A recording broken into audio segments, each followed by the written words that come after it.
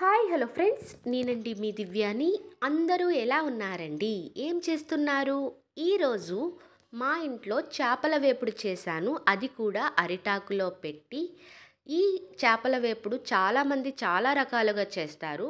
అయితే తక్కువ మసాలాలు ఇంట్లో ఉన్న వాటితోనే ఇలా కూడా చేసుకోవచ్చండి. అది ఎలా చేసుకోవాలా అని ఒకసారి చూపిద్దామని ఈ వీడియోతో మీ ముందుకు వచ్చాను. ఇంకెందుకు ఆలస్యం, వీడియోలోకి వెళ్ళిపోదాం రండి.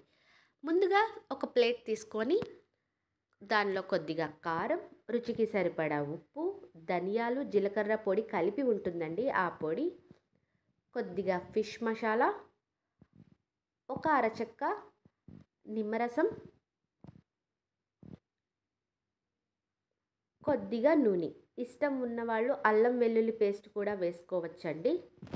ఇప్పుడు ఈ మసాలాలన్నీ కలిపి ఈ విధంగా పేస్ట్లా చేసుకోవాలి. ఇప్పుడు మనం ఏ చేప అయినా సరే తీసుకోవచ్చండి. నేనైతే చందువ చేప తీసుకున్నాను.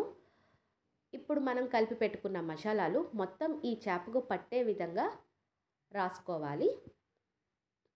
ఇలా మొత్తం చేపలన్నిటికీ మనం తయారు చేసుకున్న మసాలా పట్టించండి. ఇలా మసాలా మొత్తం చేపలకన్నీ అప్లై చేసిన తర్వాత దీన్ని ఒక 20 మినిట్స్ ఈ మసాలాలో నానబెట్టుకోవాలి. ఇప్పుడు ఒక అరిటాకు తీసుకొని అరిటాకుపై కొద్దిగా నూనె పోసుకొని మొత్తం అరిటాకు మొత్తానికి ఈ నూనె అప్లై చేసుకోవాలండి. ఇప్పుడు మసాలా పట్టించిన చేపను ఈ అరిటాకుపై వేసుకోవాలి. దీనిపైనే కొద్దిగా కరివేపాకు కూడా వేసుకోండి. ఇప్పుడు వీడియోలో చూపించిన విధంగా అరిటాకు విరిగిపోకుండా దీన్ని మడత పెట్టుకోవాలండి.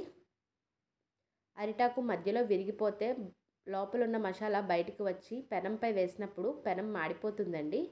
కాబట్టి అరిటాకు విరిగిపోకుండా చక్కగా దీన్ని ఈ విధంగా మడత పెట్టి ఒక దారంతో ఈ మొత్తాన్ని ప్యాక్ చేసుకోవాలి.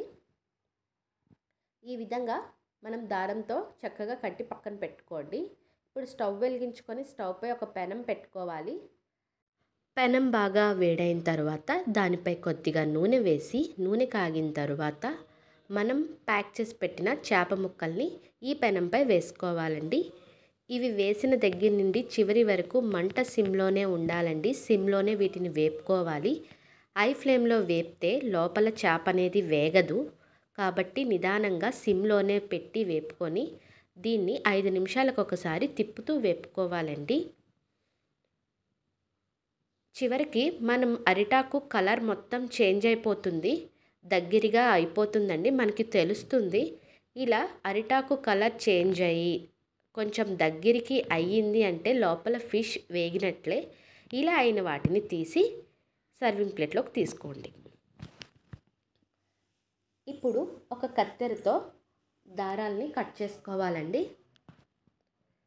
ఇప్పుడు అరిటాకు విప్పి చూపిస్తానండి చేప వేగిందా లేదా అని. నేను షార్ట్ కింద ఈ వీడియో పెట్టేటప్పుడు నన్ను డౌట్ అడిగారు, చేప వేగుతుందా అని.